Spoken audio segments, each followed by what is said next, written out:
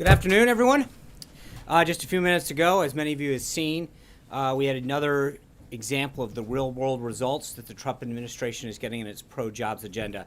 Intel CEO Brian Kranzik announced that his company is opening a high-tech manufacturing facility in Arizona that will create roughly 10,000 jobs between the factory itself and its supply chain, which is the latest wave in an economic optimism that's sweeping the country following the president's victory.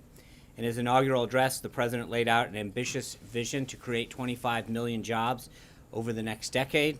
From beginning of his campaign to bringing jobs back to our struggling community has been one of the parts of the president's message that most resonated with the American people.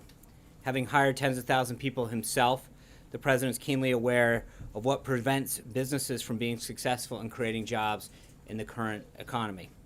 President Obama, by contrast, visited the same factory site where this factory will be built during his last re-election visit in 2012, touting the government incentives that were supposed to bring back jobs that had been lost to Asia. President Trump knows that for a business, the real government incentive is the government restraining itself. For too many years, Washington has smothered industry in this country under burdensome regulation. This administration will set out to free businesses from constraints of government bureaucracy and regulation.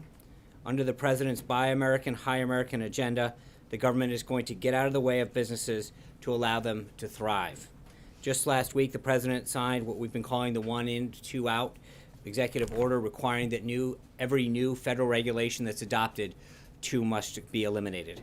This new rule will provide much needed relief for businesses who have been regulated and saddled with an absolutely staggering amount of additional red tape, as much as $1.9 trillion per year by some estimates. In 2014, the National Association of Manufacturers calculated that companies in every industry paid an average of $9,991 per employee to comply with federal regulations. And it's only gotten worse since that study was conducted. By relieving even a small portion of this burden, we will allow businesses to grow and hire more people. Projects that have been stalled or scuttled are being revived in anticipation of the president's pro-growth policies. Last quarter, confidence among CEOs of U.S.-based companies jumped by 4.2% points in the YPO Global Pulse survey, one of the single largest quarter gains in history. This is only the beginning of the president's agenda. Moving on to recap the president's afternoon and evening yesterday. As you saw, we officially announced the 24 people who will be serving in his cabinet on the White House website yesterday. The president looks forward to having all these distinguished, qualified men and women in place as heads of departments and agencies so that our government can start fully working for the American people and enacting the agenda that he brought forward during the last campaign. The president spoke with two foreign leaders yesterday. During his call with President Rajoy of Spain, the two leaders discussed our shared priorities, including efforts to eliminate ISIS. The president already additionally reiterated the United States' commitment to the North Atlantic Treaty Organization and emphasized the importance of NATO allies in sharing the burden of defense spending. President Trump also spoke with President Erdogan of Turkey, during which he conveyed U.S. support to Turkey as a strategic partner and NATO ally and welcomed Turkey's contributions to the fight against ISIS. Last night, the president had an incredibly meaningful visit with current officers who enrolled in the Green Berets qualifications course. These young men and women who will be at the tip of the spear serving our country in some of the world's most dangerous places as intelligence officers. The president told these brave young soldiers how proud he was of their commitment to risk everything to keep us safe and how humbled he was to serve as their commander-in-chief and that they could always count on him to have their back. Also yesterday, the Department of Justice presented its arguments before the Ninth Circuit Court in the case concerning the temporary restraining order on the president's national security executive order. Again, as I did yesterday, I want to emphasize that the issue before the Ninth Circuit right now is extremely narrow. The question is simply whether or not the president's executive order, which we maintain is fully lawful under the Constitution and U.S. Code, should remain in effect while the courts actually consider it on its merits. We expect the court to issue a decision on this matter soon, and we will have a statement once that's done. Today, the president spoke before the major cities' police chiefs and the major county sheriffs' winter conference. In his remarks, the president reiterated his commitment to a great national partnership between his administration and law enforcement. While there are many things that the federal government can do to improve safety in our communities, it truly rests with the police officers, sheriffs, and deputies who risk their lives every day on our streets, and their mission is critical to the future of this country.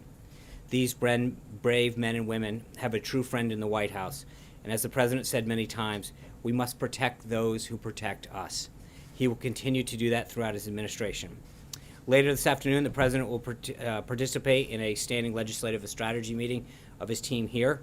The team has been working around the clock to engage lawmakers and get the President's agenda moving through Congress.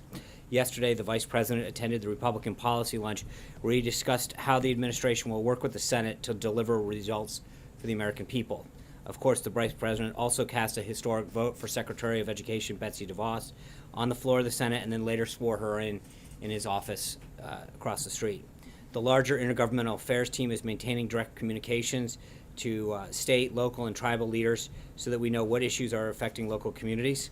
So far, they've contacted all GOP state speakers of the House, state Senate presidents and attorneys general, and all but 8 GOP state Senate majority leaders.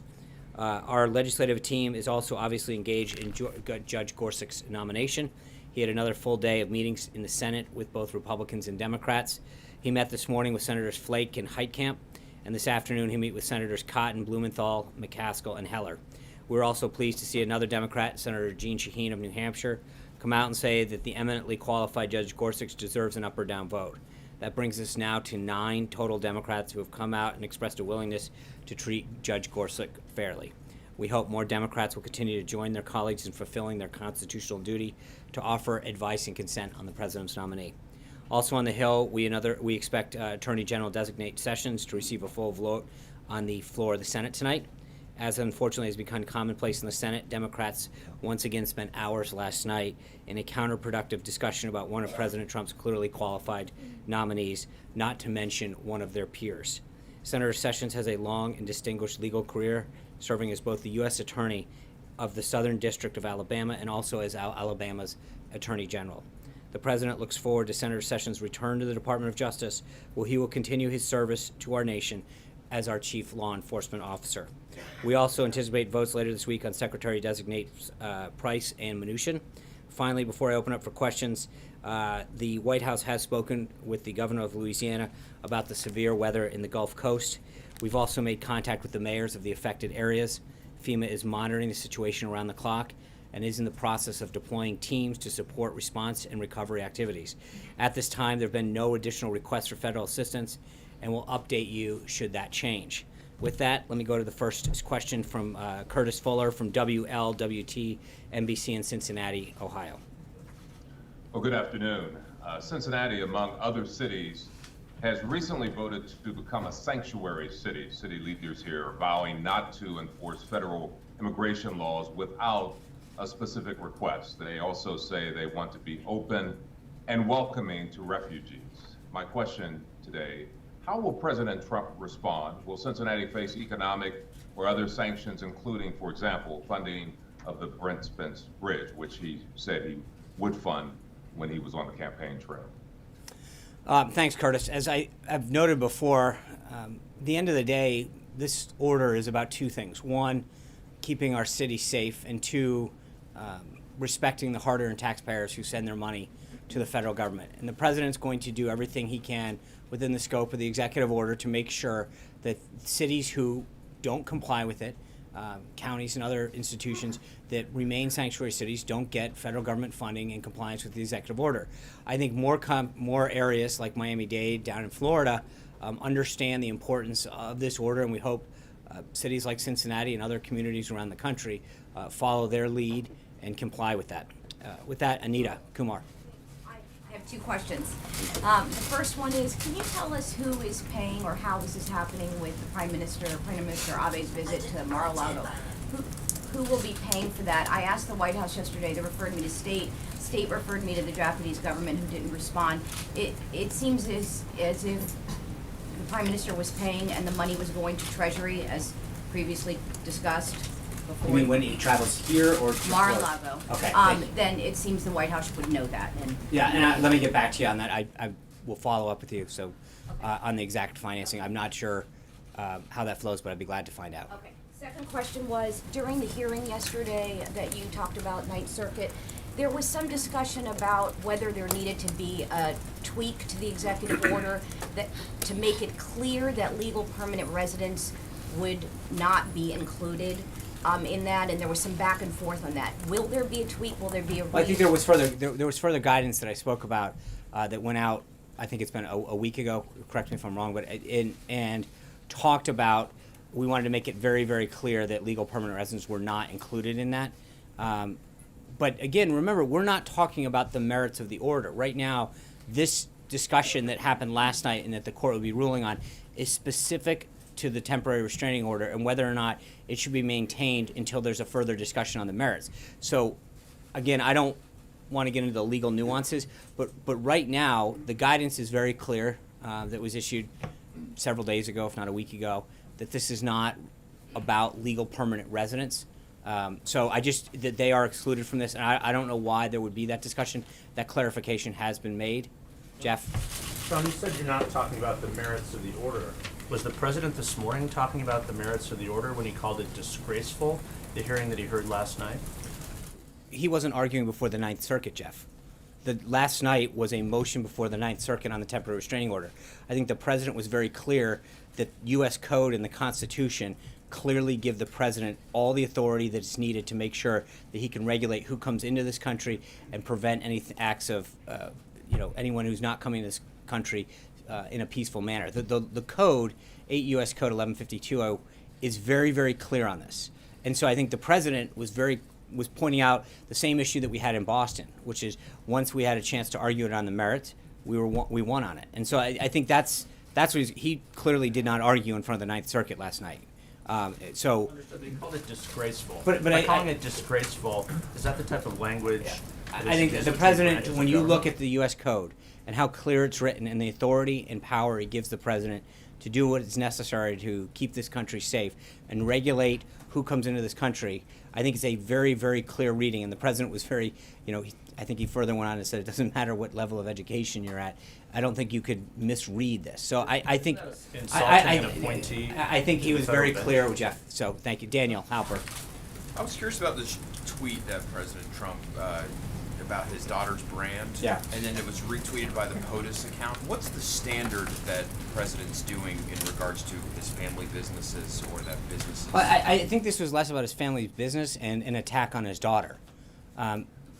He ran for president. He won. He's leading this country. And I think for people to take out their concern about his actions or his executive orders on members of his family, he has every right to stand up for his family and applaud their business activities, their success. So, look, when it comes to his family, I think he's been very clear how proud he is of what they do and what they've accomplished.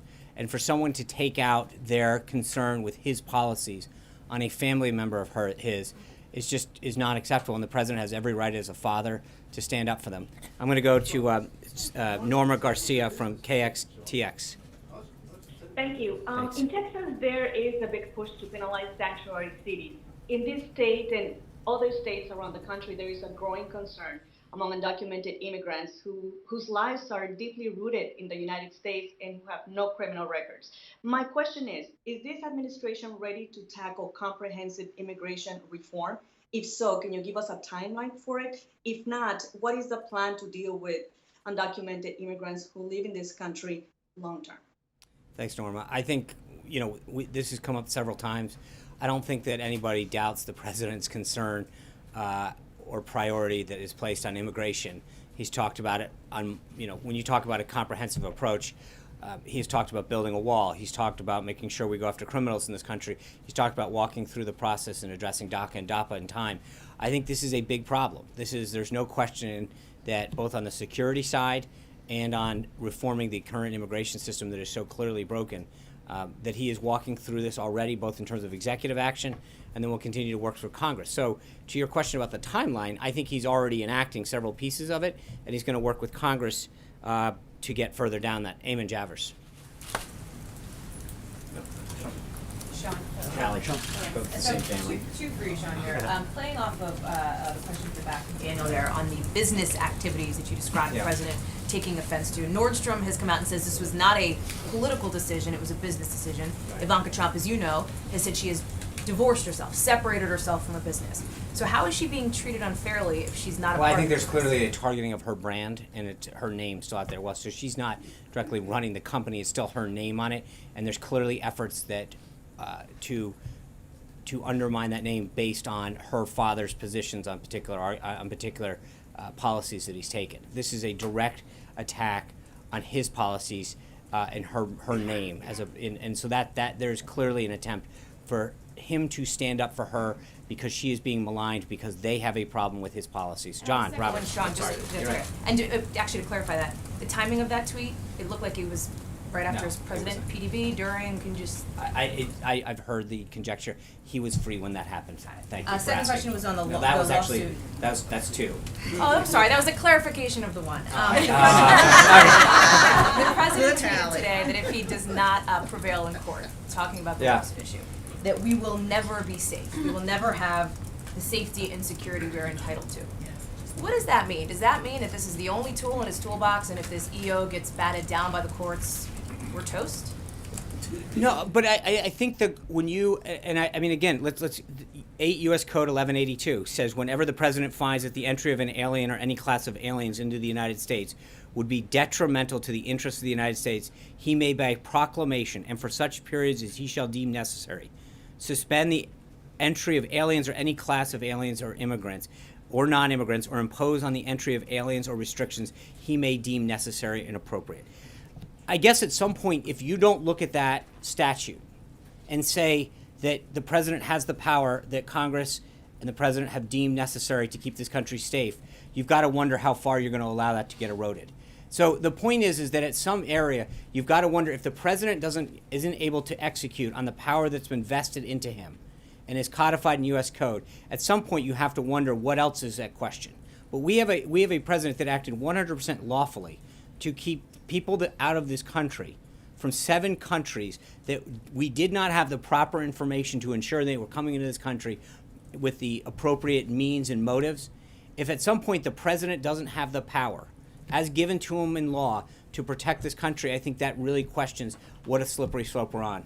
John. Sean, Of course. the president said this morning that he paid very close attention to the arguments before the last night. Yeah. Was he happy with the presentation that the DOJ Attorney August Flenge made? There was some concern by supporters of this extreme vetting program that he wasn't strong enough. He seemed to be searching for answers, particularly at the point of standing.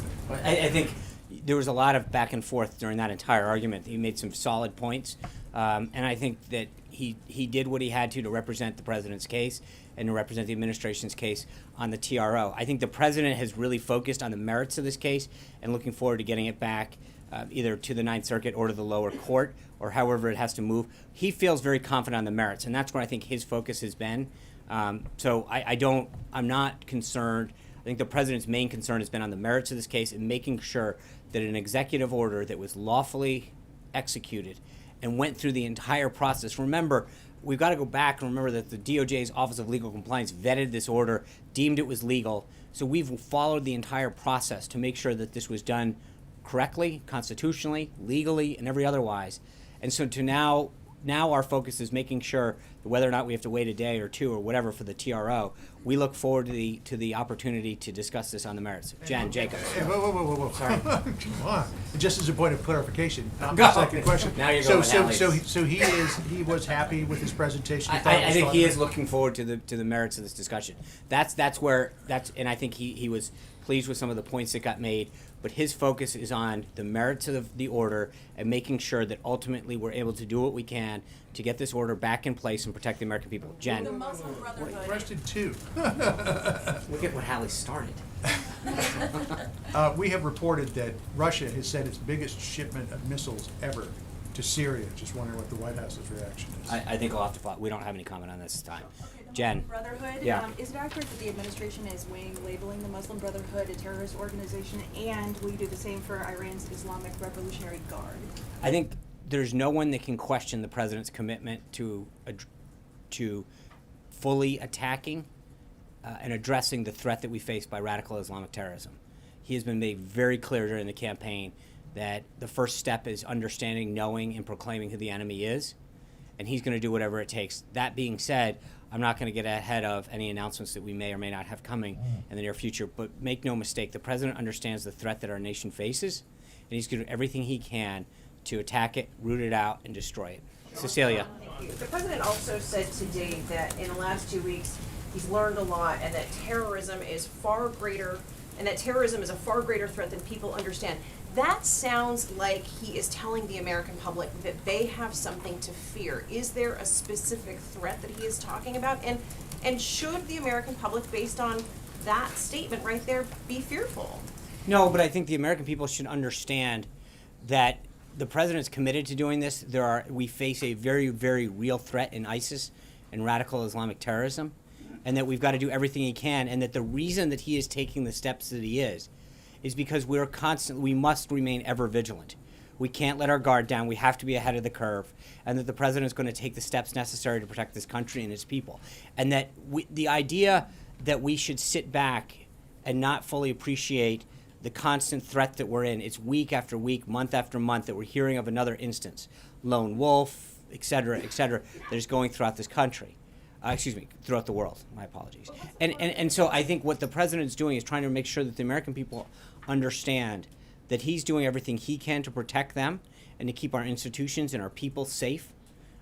And so this is not something that we can rest on our laurels, that we can't understand. He was just down at CENTCOM and SOCOM on Monday morning, getting a full briefing of the threat that we face from around the world and their motives. And I think that that's something that he weighs very heavily on his mind when he meets with these people, gets these briefings, meets with the Green Beret soldiers, that he recognizes that there are so many people out there putting their life on the line to protect this country, and to make sure that we understand the threats, and that it is his job and his obligation to do everything within his power to take that information and do what he can to protect the country. And so just to put a pin in it, I just want to be clear.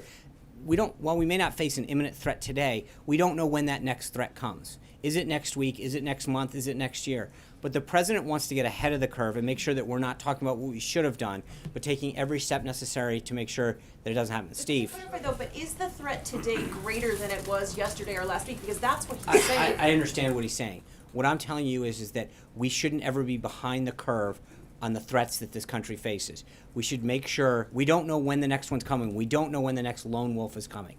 We don't know when the next attack is. We've got amazing intelligence that's trying to root out and make sure that it doesn't happen again. But what we can't do is wait for the next attack to come and say, I wish we had done the following.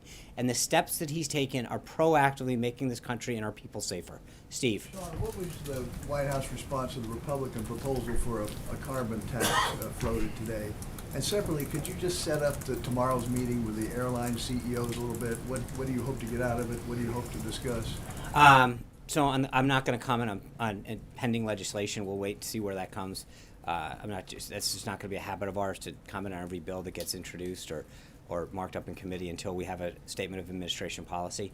And with respect to the meeting tomorrow, we'll have a further readout on that later tomorrow. But I will say, in general, as you know, he's met with Intel just now. He met with oil executives from the car manufacturers, manufacturing companies, technological companies, unions. So these continued meetings that you'll see in the next months and years are going to be an attempt to make sure that he's sitting down with business leaders from around the country to figure out how he can use his office and this administration to further their ability to create jobs and grow the economy. So this is going to be more of a pattern. You're going to continue to see him meeting with people who want to share that agenda to grow, create jobs, manufacture here, lift wages up here, bring benefits to good paying jobs, et cetera. Should we take any significance from the fact that you did have this meeting about the carbon tax? No, look, we're not at a policy, we have nothing to announce on that. If I can go now to our next seat, we've got Josh Smith from WJHL in Southwest Virginia. First off, thanks so much for taking questions from journalists covering local news. We appreciate it. WJHL is in Northeast Tennessee and Southwest Virginia. That is coal country, and I have two questions related to coal. Then candidate Trump came to Abingdon, Virginia last year, and he made a bold promise that would help to rescue the mining industry, that he would help to bring back coal jobs, and he would push back against environmental regulations. If the executive order last week was a first step, what specifically is the president willing to do, planning to do to make good on that promise, to help the coal industry, to encourage coal production and use, and to deal with what some call its demonized image? And as a follow-up, and I got to ask two questions because when am I ever going to get to do this again? What assurances can the president give those who hear him talking about and pushing back against environmental regulations and bringing back coal? What assurances can he give those who are very worried about the impact on the environment? Well, I think that there's this I think when you hear him talk about coal specifically, it's under the guise of clean coal. And I think the technology that we're able to utilize these days make it one of the cleanest uses of technology that we have. And the president's point is that as we bring back this industry, we can do it in a way that is environmentally friendly and it becomes a great and greater energy source for us. Just the other day, the Department of Energy noted that we expect, I think it's about a 3% increase in coal production in this country, which is a noticeable reverse of where it's been in the past. You mentioned the executive order and the talk that the president's had over the past year or so about his desire to bring back coal. Largely, that has to do with regulation that the EPA has put on existing coal plants that have ensured that they couldn't operate in an effective way to stay open. I think the president's working with industry to roll back a lot of that and do it in a way that's environmental friendly. And I think that you can do that utilizing the technology we have and harness the power of clean coal, Josh. Thanks. Kristen. Sean, I just want to know. Okay. Yemen has withdrawn permission for the United States to run special operations ground missions against suspected terrorists in the wake of the recent raid there that claimed so many civilian lives. Does that not undercut the administration's ability to fight terrorism in that region? And do you stand by your assessment that it's a success? Well, I'll take the last one first. It's absolutely a success. And I think anyone who would suggest it's not a success does disservice to the life of Chief Ryan Owens. He fought knowing what was at stake in that mission, and anybody who would suggest otherwise doesn't fully appreciate how successful that mission was, what the information that they were able to retrieve was, and how that will help prevent future terrorist attacks. I understand that. I think my statement's very clear on that, Kristen. I think anybody who undermines the success of that raid owes an apology and a disservice to the life of Chief Owens. Hold on, Kristen, can I answer the question? I'm answering the question. Please let me finish. The raid, the action that was taken in Yemen was a huge success. American lives will be saved because of it. Future attacks will be prevented. The life of Chief Ryan Owens was done in service to this country, and we owe him and his family a great debt for the information that we received during that raid. I think any suggestion otherwise is a disservice to his courageous life and the actions that he just took. Full stop. With respect, I'm sorry, what was the first part? Is that your message to Senator John McCain? That's my He's message called to it a anybody failure. who says that. Anybody. I don't know how much clearer I can be, Kristen. Hunter Walker. Yes, thank you, Sean. This morning, President Trump asked local law enforcement officials to help assist with deportations. If he doesn't get the cooperation he's hoping for, does he plan to have DHS and CBP proactively begin deportations of undocumented criminals in the border zone? Well, I think that, look, when you talk about immigration and what he's doing, whether it's the wall or enforcing existing regulations or visa reform, I don't think anybody questions the president's commitment to border security and immigration reform. In fact, it's usually quite the opposite. So when it comes to the steps that he's going to take, I think I've addressed this multiple times, what his priorities are going to be. But you've seen Secretary Kelly talk about construction of the wall, his implementation of the executive order to keep people out. There's going to be a considerable amount of action on this front, on immigration and border security. It started day one, and it's going to continue through the last possible day until the president feels that this border is 100% secure and we've got the immigration system completely under control. Is defunding his only tool to get cooperation from the sanctuary cities? Look, I'm not going to get ahead of it. I think when you saw the support and some of the side conversations that the sheriffs and police officers had, and the conversations that we've had beyond that, the sheriffs the other day, the support that they've issued on behalf of his executive actions and his agenda as a whole. These are the folks on the front lines in many cases, Hunter, that are on the border, that see what some of this does and how it affects families and businesses, not to mention the cost that it is to our both our country in terms of what we have to do to support the immigration at our southern border in particular, but also the cost that it has on our economy and on jobs. So you're going to continue to see a flurry of activity over and over and over again to make sure that this president continues to show the importance that he puts on both border security and immigration reform. Yeah. Thank you, Sean.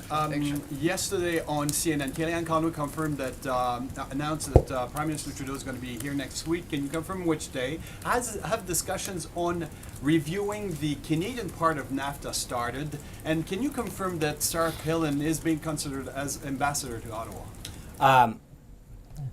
So I will have further updates on the Prime Minister's schedule tomorrow, either later today or tomorrow. I'm not at a position where I can finalize that, but we'll have this. And on the ambassador. Oh God, guys, slow your roll. We will, with respect to the ambassador, we have no additional ambassador nominations or announcements to make on that front. I'm sure at some point we'll have soon. With respect to the agenda, as the President spoke with Prime Minister Trudeau a few weeks ago, they talked about trade and security and commerce, and I think all of that's going to be discussed at the time when the President and him further meet or discuss this. But I wanted to follow up on that if you don't mind. Just on NATO, Canada, of course, is one of the 28 member countries. Yes. The President has been calling out countries to pay their fair share of dues. What are his options if countries don't listen to him? And what is this? Well, I think, look, every country is obligated to pay 2% of their GDP. And the President has made it very clear that for too long, many countries have been getting a free ride. When he has talked to these countries, and as I've just read out, both Erdogan and Roy, he has addressed this, not just with them, but to so many of the other NATO countries. And by and large, every single one of them agrees with that. They understand the importance of NATO. And the President's very clear that in order for NATO to be successful, these folks have to pay their fair share. Carol Lee. I wanted to follow on Kristen, and then I just have a question on Turkey. Does the White House have a reaction to reports that Yemen has revoked permission for the U.S. to do I'm sorry. Thank you. Yemen, more than most countries, fully appreciates the fight that we have with ISIS. And I think we're going to continue to work with them to strengthen our diplomatic relationships, to understand our fight against terrorism, and so at this point, I'll leave it at is that we understand that we share that commitment with them, and we're going to continue to work with them to combat ISIS and to make sure that we do that. I'm not in a position to go any further at this time on that. Turkey, President Erdogan said today that the U.S. agreed to work with Turkey to take Raqqa. Can you clarify what the president said to him in that phone call? I can't. I think the readout was as specific as we want to get with his conversation with. I think the readout that we put out on Turkey was as far as we want to go with that. Thank you. Hold on. I'm going to go to our last one, Adriana Cohen, a radio host and columnist for the Boston Herald. Great to be with you, Sean. Last night, Boston Mayor Walsh went on a television show to talk about sanctuary cities. What does the president make of his vow to house illegal immigrants in Boston City Hall to shield them from the Trump administration? I think the president's executive order is pretty clear. When it comes to this kind of actions, again, I think I referenced it earlier in the briefing, but it's twofold. One is there's a concern about the safety of the American people and how we let people come into this country, and second, with respect to the American taxpayer. And if we're going to be sending federal tax dollars to folks, to Washington, I think they need to be used appropriately, and the president's going to do everything in his power to respect the money that taxpayers send to Washington, and it's spent facilitating legal activities and on American citizens. Blake. Earlier today, the president said that the wall is in the process of being designed. Given his previous background, is he or does he plan on being actively involved with the designing and the implementation of that wall? And separately, last night, Elizabeth Warren, any reaction from the White House on whether you believe what Mitch McConnell did was the correct thing? Critics say she was silenced on the Senate floor. On the wall, I mean, the president's a builder. He understands, and I think he's going to make sure that as this project moves forward, that he's going to stay in close touch with Secretary Kelly to make sure that it fits his specs but he takes enormous attention to detail, and he wants to make sure it gets done right. So I would expect that a project of this magnitude and one that is this high on his priority list will get the necessary attention from the president. I'm sorry? Senator Warren last night. Yeah, look, I would refer you back to Senate rules. I mean, this is not something that we tend to discuss here. I'll leave it to Senator McConnell and the Senate to discuss Senate rules. Yeah.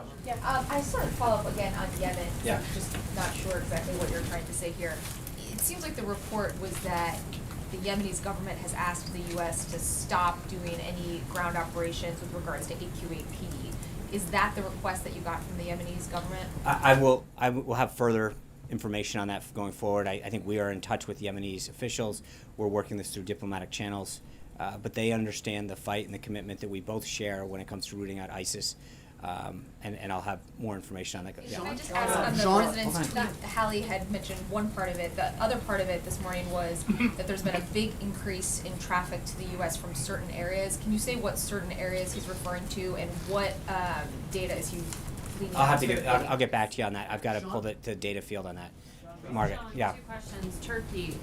Did the president dispatch the CIA director to Turkey, as Turkish reports are saying right now? I just saw the CIA director, so if it happened, it hasn't happened in the last hour. Okay, the rest of that question was about, this is part 1, about Gulen, whether there was discussion of extraditing Fethullah Gulen, who as Turkey views as a terrorist. I have nothing further than this to read out at this time. So. On the second question, though, was about your statement, we don't know when the next lone wolf is coming. Right. I believe, based on numbers, that the vast majority of lone wolf attacks in this country have been carried out by people who are either American-born, or naturalized American citizens. So what specifically are you referring to there, and what is the administration I guess my question, Margaret, doing about those who are radicalized? We've had, I think there's in at their own least, computer screens? just for example, within the 7 countries that we've talked about, there's at least 20 some odd people that over the last few years have come into this country and been convicted of or charged with acts of terrorism. So the people who are lone wolves and radicalized. I understand here. that, but what I'm getting at is, you don't know, I don't know, when is the next act, who's going to commit it, how are they going to commit it. The point is that you don't look at odds and say, hey, let's play the odds on American lives. You do exactly what you can to prevent any attack from occurring. And so, I think you can go through any system and say, when was the last time that somebody committed a shoe bomb? And so let's not take shoes off. The TSA. No, I get what you're asking. You're asking when is the next terrorist attack, and we don't know. No, what is being done about people who are radicalized in the basement in front of the computer screen who are right? And I American, think the president's who are looking not affected by right, this and I think the president has asked. Both for a plan to defeat ISIS from stuff that is coming in from this, and he's taking steps, but he's also looking at working with the FBI and domestic intelligence agencies to gather the best information we can to prevent acts on our soil from people that wherever they may be. So something more is being done on that but front that we haven't heard about. he has tasked the FBI. It is a whole of government approach to what's going on. We're not looking at this myopically and just saying these are the 7 countries. We have that whole point of that first executive ban, and I know that's not entirely what you're asking, was to start with countries that we didn't have the appropriate vetting measures to ensure that they could come into this country. As we move forward through this 90-day period, we're reviewing other countries, other options that are. Those are the external threats coming into this country. At the same time, the president has looked at options within the domestic intelligence gathering to figure out whether it's cyber or other ways that we can determine other ways to prevent or get ahead of additional threats that we might face in this country. But it's not an either-or proposition. It's a whole of government approach to what's going on. The bipartisan group of senators are introducing legislation, I know you don't like to talk about legislation, that would allow the Senate to sign off on a reduction in sanctions against Russia. Would the president support such a check by Congress on sanctions? Well, there's 2 sets of sanctions, Tamara, that we got to deal with, right? One is the ones with respect to Crimea.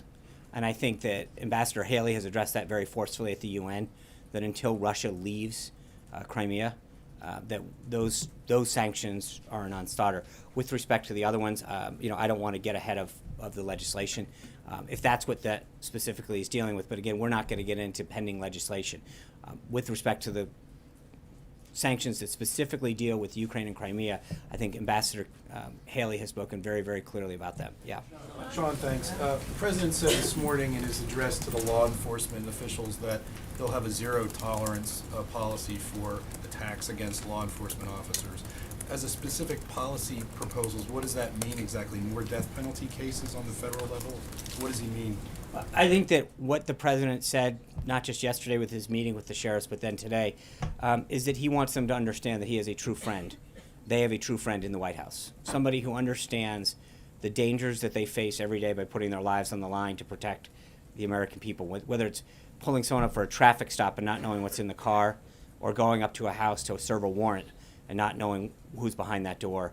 These men and women every day in and day out are willing to put their lives on the line and make huge sacrifices. So he wants them to know that they have a true friend here in the White House that's going to have their back. How that manifests itself going forward, I think the president will have further details as that moves forward. But for right now, I think his number one message to them was, you've got a friend, he's got your back, let's do what we can to get these cities. I think the other thing that was important is that, he mentioned Chicago. Their crime rate, their murder rate's up 45, 50%. And in so many of these cities, it's up. It's unacceptable. And I think the president is disgusted that so many American lives are taken, injured, whatever, that we can't walk down the streets of our own cities in safety.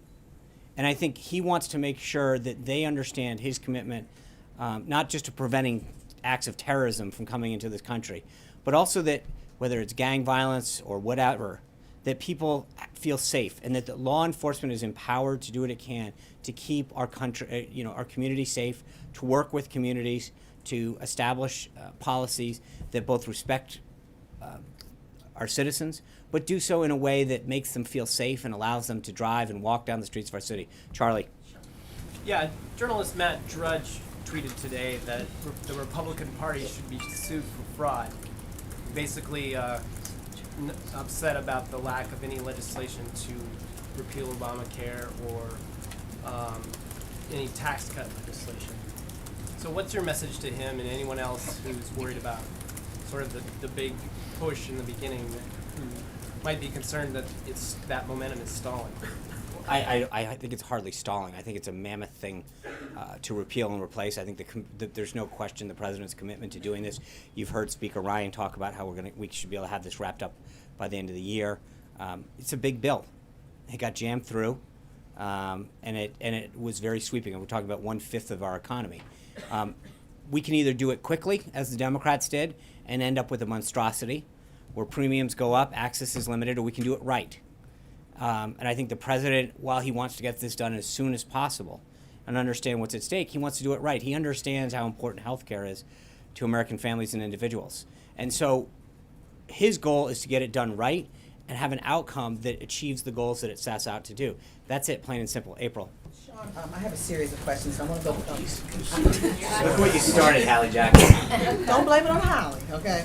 But going back to the issue of policing, what happens when there is a situation, you're talking about good policing, but what happens when there are situations that we've seen over the last few years that have been highlighted with this accountability piece with cameras? What happens when there is bad policing? What does and this we have to deal with it. I mean, I think the president wants to do what he can, but again, I think you're right. We've got to have good policing. But he wants to stand with them, talk about how we can do proper training, what kind of funding they need to do their job better. In so many cases, the police are asking for the resources because they've become fearful of making routine stops by preventing it. So I think it's working with the police, integrating those kind of back and forth, and having a dialogue in communities to make sure that we're doing it, as you put it, like in a way that instills confidence in our citizens and in our communities. But we can do this right, and we can make sure. Either or, though? No, absolutely not. Okay. No. We've got to do this.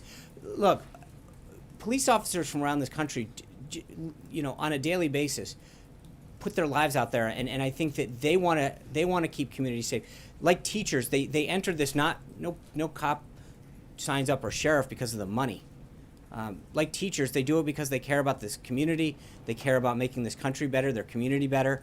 But I think in return, they should be provided the resources and policies they need to do their job well, and to do so that ensures that we have this back and forth dialogue with the American people that continues to earn the respect that they deserve for the sacrifice they're making. The next question, How many do we got? Just so I.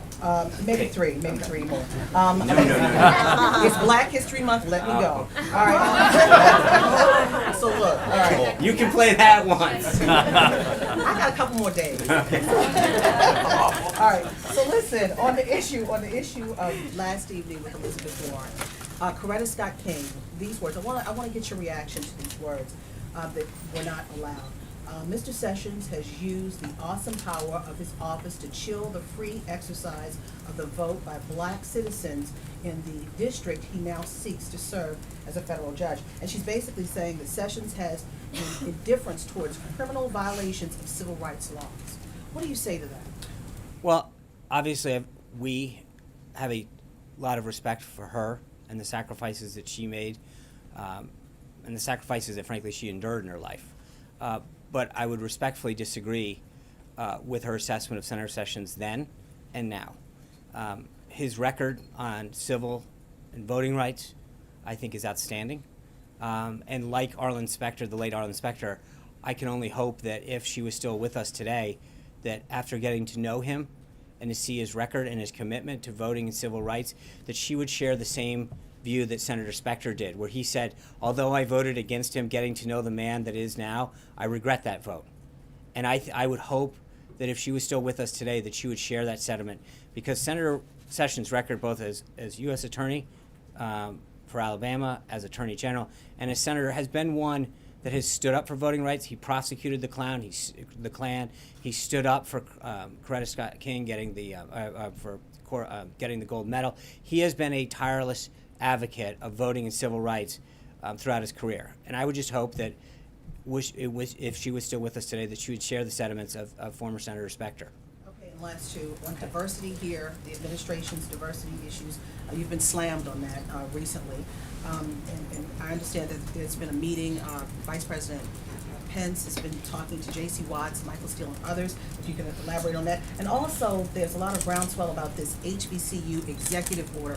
What's going on with that? So the HBCU presidents will be in town later this month as part of a national celebration. We'll have further updates on both the meetings that we may have with them, the activities surrounding that in terms of the administration. And then I think we'll have further updates on, and as I mentioned, with all executive orders, we have nothing to update on that. But obviously the president, has a strong commitment to them and understands over the last 8 years they've been woefully neglected. And I think he wants to really show a commitment and funding to HBCUs. And so you'll see, I think, not just a push this month, but in his budget and going forward. Parent plus loans, Pell Grants, is that what you're talking about? I think his budget will address a lot of these issues. The diversity piece. And I think, look, we're going to continue to reach out to a lot of folks to get their ideas and their input. I think he's shown that both through the transition and now, but we're going to continue to reach out to people of different backgrounds, of different color, of different gender, of different economic, socioeconomic, of different industry, of different parties. The president, I think, continues to show a desire to reach out and talk to people who I think share an agenda of moving the country forward and doesn't really care about their background, their voting history, any of those other ideological traits. If they share a commitment to moving this country forward and lifting people up, that's his end of the thing. Thanks. You mentioned the 1 in, 2 out order in your opening. There was a lawsuit filed in federal court this morning challenging that lawsuit. Is the White House aware of that, and what's your response to it? Well, I think the lawsuit presumes a lot of outcomes that are widely inaccurate. I think that it presumes that certain things would be part of the 1 out. The bottom line is that over-regulation has stemmed economic growth and job creation. Reviewing those to make sure that they are meeting their intent and not stifling job creation at the expense of whatever they were intended to do is something that should be smart and welcome by everybody. The idea that we're willy-nilly just allowing regulations to occur, but the lawsuit specifically is widely inaccurate. It makes a ton of assumptions that call for speculation on what may or may not happen in the future, and that's highly, it's just subjective at best and doesn't have any basis in fact. Thank you guys. Look forward to seeing you tomorrow. I know. I see him tomorrow.